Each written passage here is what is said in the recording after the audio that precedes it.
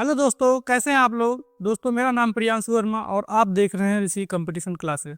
दोस्तों, पिछले 2 लेक्चर में हमने बात किया था कि हिस्टोरिकल बैकग्राउंड क्या था, यानी कि संविधान बनने की प्रक्रिया क्या थी, कैसे संविधान बना था, इसके पीछे क्या ऐतिहासिक कुछ ऐसे सोर्सेज रहे जिनसे जो है हमको हेल्प मिला संविधान बनाने के लिए। तो इसी परिप्रेक्ष्य में जो हमने पिछला 2 लेक्चर लिया है और आज तीसरा लेक्चर भी इसी के ऊपर बेस्ड होगा और इसी पे ये जो टॉपिक खत्म हो जाएगा कि संविधान बनने की जो ऐतिहासिक प्रक्रिया थी वो क्या थी। ऐतिहासिक प्रक्रिया मतलब कि समय समय पर ऐसे कौन से एक्ट आते गए ब्रिटिश संसद के द्वारा जो हमारे भारतीय संविधान को अफेक्ट किए। ठीक है, जब 1947 में भारत का संविधान बनने के लिए जो कमेटी गठित हुई थी वो बैठी जब, तो वो किन किन संविधानों का किन किन एक्ट से कैसे रिफरेंसल लेती थी, इनके बारे में जो है हम लोग जो है देखेंगे, क्योंकि इन्हीं एक्ट से जो है इंस्पिरेशन लिया गया था भारतीय संविधान निर्माताओं द्वारा। तो आइए देखते हैं दोस्तों आज अगले लेक्चर में। दोस्तों, हमने बात किया था कि जो 1773 से लेके 1857 यानी 1858 तक के जितने एक्ट्स आए थे उसके बीच में ब्रिटिश संसद के द्वारा, उनके बारे में हम लोगों ने पढ़ चुका है 2 लेक्चर्स में। आज के इस लेक्चर में हम बात करेंगे जो 1858 से लेके 1947 तक जो ब्रिटिश सरकार का शासन यहाँ पे रहा, जिसको हम बोलते हैं सम्राट का शासन। किसका शासन बोलते हैं? हम इसको बोलते हैं सम्राट का शासन। क्यों? क्योंकि 1857 में क्या हुआ था, प्रथम स्वतंत्रता संग्राम हुआ था। तो प्रथम स्वतंत्रता संग्राम होने की वजह से जो जो शासन था, भारत का शासन, वो ब्रिटेन के राजा के पास चला गया था। इसीलिए इसको बोला जाता है सम्राट का शासन। तो सम्राट का शासन भारत में 1858 से लेके 1947 तक चला था। ठीक है, तो इसमें क्या किया गया, जैसे ही 1857 में क्या हुआ था, प्रथम स्वतंत्रता संग्राम, प्रथम स्वतंत्रता संग्राम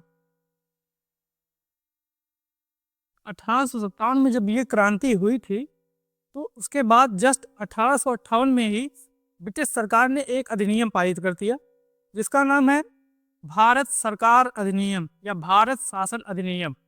ठीक है, तो भारत सरकार 1858 का जो अधिनियम था वो क्या उसमें जो है महत्वपूर्ण बिंदु क्या क्या थे। तो पहला महत्वपूर्ण बिंदु ये था कि इसका जो निर्माण है 1857 के विद्रोह के बाद किया गया। ठीक है, सेकेंड पॉइंट क्या है कि शासन जो था वो महारानी विक्टोरिया के हाथ में चला गया था और अब गवर्नर जनरल का नाम बदल के वायसराय कर दिया गया था। यहाँ पर लिखेंगे वायसराय। ठीक है, तो गवर्नर जनरल का नाम बदल के क्या कर दिया गया था, वायसराय कर दिया गया था। और भारत के ऐसे प्रथम वायसराय जो थे वो लॉर्ड कैनिंग थे। कौन थे? लॉर्ड कैनिंग थे।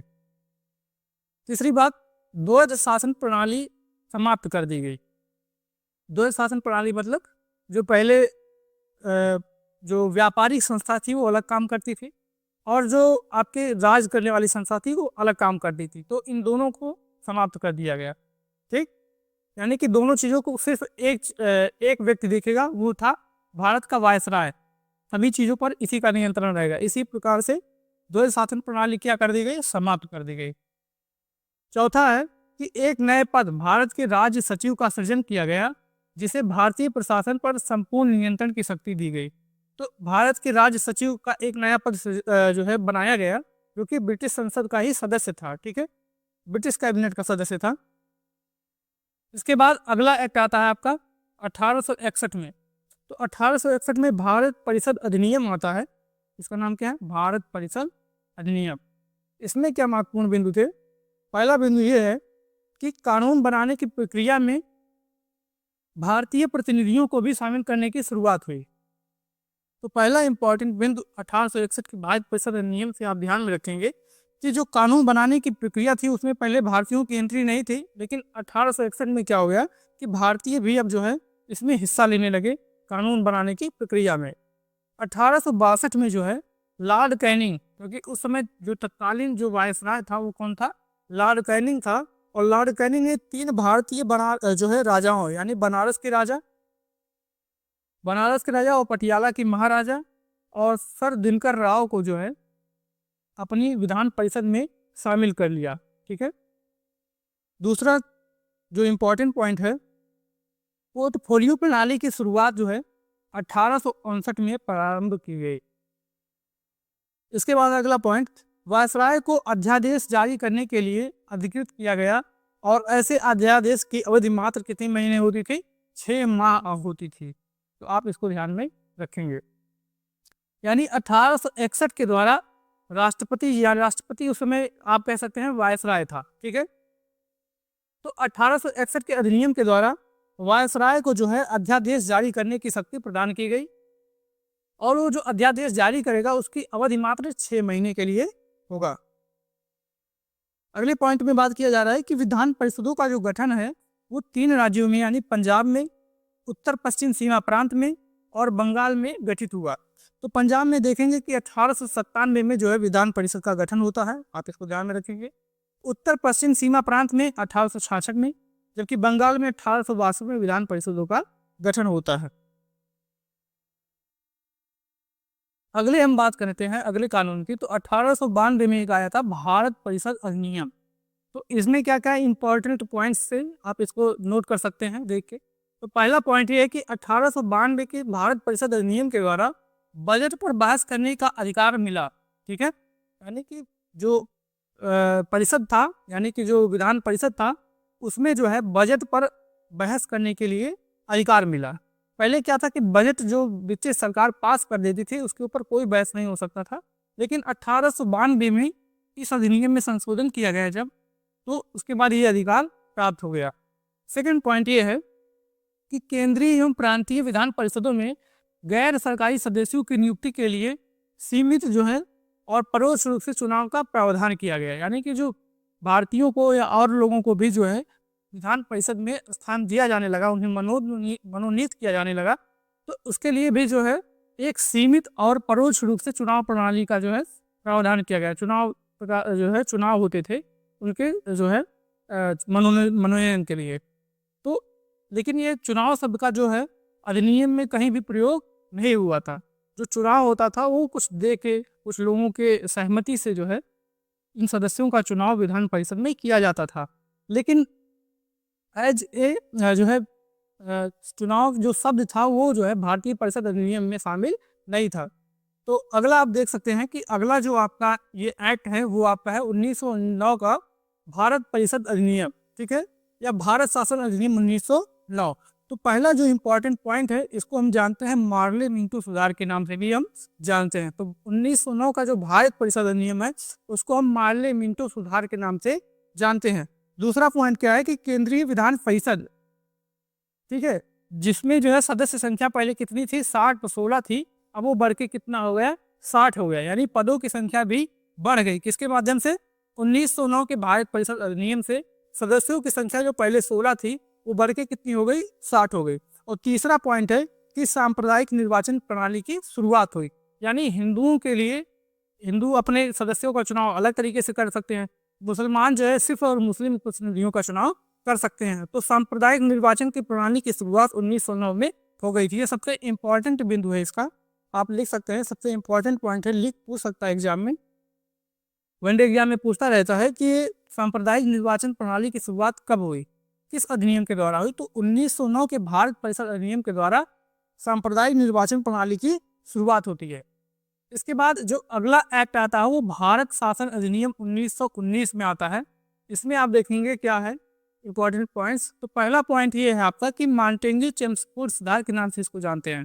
तो भारत शासन अधिनियम 1919 को हम जानते हैं मॉन्टेग्यू चेम्सफोर्ड सुधार के नाम से भी इसको जानते हैं।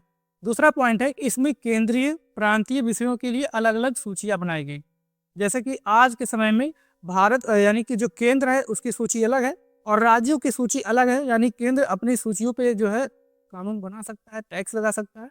ऐसे ही कुछ विषय राज्यों के लिए भी अधिकृत किए गए हैं जिसपे वो कानून बना सकता है और टैक्स लगा सकता है। तो उसी प्रकार से 1919 में भारत शासन अधिनियम के द्वारा भी ये व्यवस्थाएं दी गई कि जो केंद्र है वो अपने विषयों पर अलग अलग जो है सूचियाँ उसके लिए बनाएगी, उस पर कानून बनाएगा और टैक्स जो है, और ऐसे ही प्रांतीय विषयों के लिए अलग अलग जो है कुछ नियम बनाए गए जिसकी वजह से जिससे जो है प्रांतीय सरकार जो है उस पर कानून बना सकती है। तीसरा है कि प्रांतीय विषयों को 2 भागों में विभक्त किया गया, ठीक है। तो प्रांतीय विषयों को दो भागों में बांट दिया गया। कौन कौन? एक हस्तांतरित और दूसरा आरक्षित। ठीक है, तो इसको आप लिख लीजिएगा, ये आरक्षित है, आरक्षित। तो प्रांतीय विषयों को दो भागों में बांट दिया गया, एक हस्तांतरित और एक आरक्षित। हस्तांतरित विषयों पर जो सरकार थी वो प्रांतीय सरकार कानून बना सकती थी, जबकि आरक्षित विषयों पे सिर्फ और सिर्फ कानून बनाने की शक्ति किसको थी? वायसराय को थी। ठीक है, उसे ही द्वैध शासन की शुरुआत माना जाता है, इसे ही द्वैध शासन का शुरुआत माना जाता है। फिर से एक बार द्वैध शासन की शुरुआत 1919 में होती है, इसमें प्रांतों में होती है। ठीक है, तो आप यहाँ पर ध्यान रखेंगे कि प्रांतों में द्वैध शासन की शुरुआत 1919 में होती है। तो यहाँ पर लिख लेंगे, प्रांतों में द्वैध शासन की शुरुआत कब होती है? प्रांतों में द्वैध शासन की शुरुआत, प्रांतों में द्वैध शासन की शुरुआत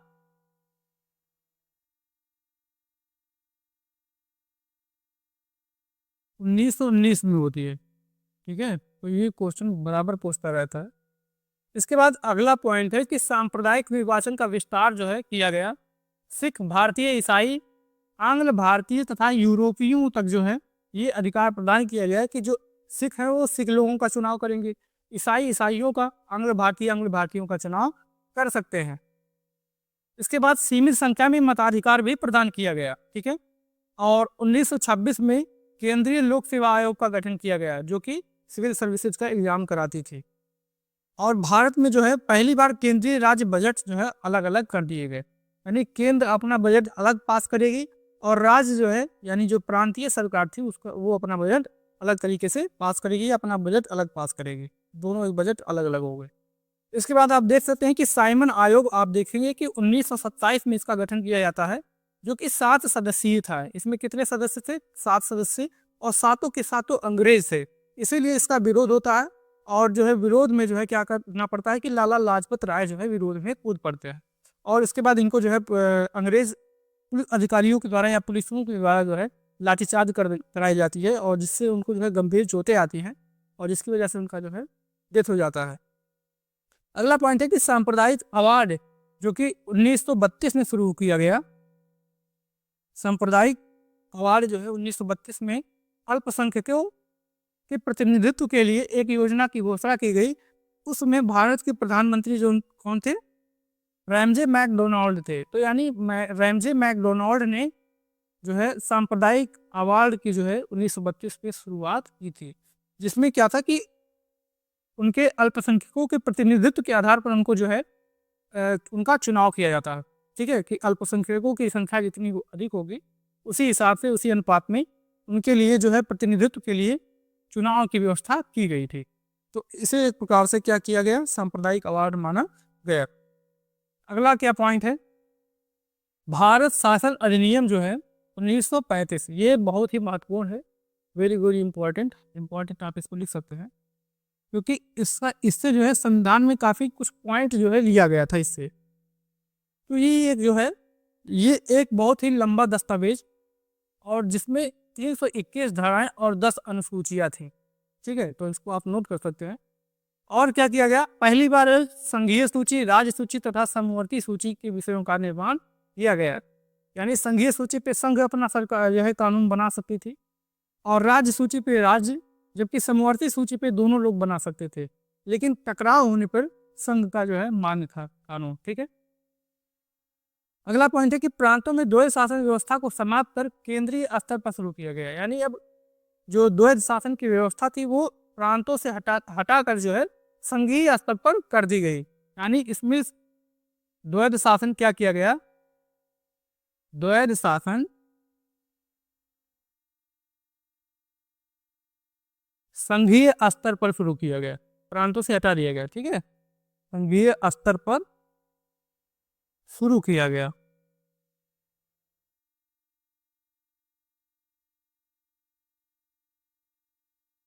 अगला पॉइंट है दोस्तों, उसने 11 राज्यों में से 6 में द्विसदनीय व्यवस्था प्रारंभ कर दी। ठीक है, यानी इस अधिनियम ने 11 में से 6 राज्यों में जो है द्विसदनीय व्यवस्था प्रारंभ कर दी। द्विसदनीय मतलब उसमें जो है विधानसभा भी होगी और विधान परिषद भी होगा। तो ऐसे कौन से राज्य थे? बंगाल थे, बम्बई थे, मद्रास थे, बिहार थे, संयुक्त प्रांत था और असम था। तो आप इतना ध्यान में रखेंगे। इसके बाद अगला पॉइंट कि दलित जातियों, महिलाओं और मजदूर वर्ग के लिए भी निर्वाचन का विस्तार किया गया, यानी कि इसमें निर्वाचन की व्यवस्था को और विस्तार किया गया। टोटल 10% जनसंख्या को जो है मत का अधिकार प्रदान किया गया। और सातवां क्या है कि भारतीय रिजर्व बैंक की स्थापना भी की गई। भारतीय रिजर्व बैंक की जो स्थापना है 1935 में की गई थी, इसी एक्ट के द्वारा, ठीक है। इसके तहत 1937 में संघीय न्यायालय की स्थापना हुई। और अगला पॉइंट है कि संघीय लोक सेवा आयोग, प्रांतीय लोक सेवा आयोग तथा संयुक्त लोक सेवा आयोग की स्थापना भी की गई, ठीक है। इसके बाद फिर आपका आता है लास्ट अधिनियम, जो कि 1947 का भारतीय स्वतंत्रता अधिनियम है। और इस अधिनियम के तहत भारत और पाकिस्तान दो अलग अलग जो है देश बनाए जाते हैं। और ब्रिटिश सरकार उनको पूरी तरीके से स्वतंत्रता दे देती है कि आप कोई भी कानून बना सकते हैं, कोई भी कानून मिटा सकते हैं, ठीक है। आप स्वतंत्रता प्राप्त भी कर सकते हैं, ले भी सकते हैं, नहीं भी ले सकते हैं, राष्ट्रमंडल में शामिल हो सकते हैं, नहीं भी शामिल हो सकते हैं। यानी कि हर एक प्रकार से उनको छूट दे दिया गया था कि आप चाहे जो चाहे वो कर सकते हैं। तो लास्ट अधिनियम, उसको ज़्यादा कोई पढ़ने का विशेष वो नहीं है। उसके बाद फिर क्या हुआ कि दोनों जो देश थे, यानी भारत और पाकिस्तान, इन दोनों देशों ने अपने अपने अलग संविधान सभाएं बनाई और उसी हिसाब से फिर उन्होंने अपने संविधान का निर्माण किया। तो भारत की संविधान सभा भी बनी और वो जो है 2 वर्ष 11 महीने 18 दिन में अपना संविधान बना के तैयार कर लेती है और 26 जनवरी 1950 को अपना संविधान लागू करती है। आगे के लेक्चर में हम और टॉपिक्स को देखेंगे और लेक्चर यहीं पे समाप्त किया जाता है। दोस्तों अगर आपको पसंद आया हो तो वीडियो को लाइक करिए और इस चैनल को सब्सक्राइब करिए और अब इसे अपने दोस्तों के साथ अधिक से अधिक शेयर करिए। दोस्तों, वीडियो देखने के लिए बहुत बहुत धन्यवाद।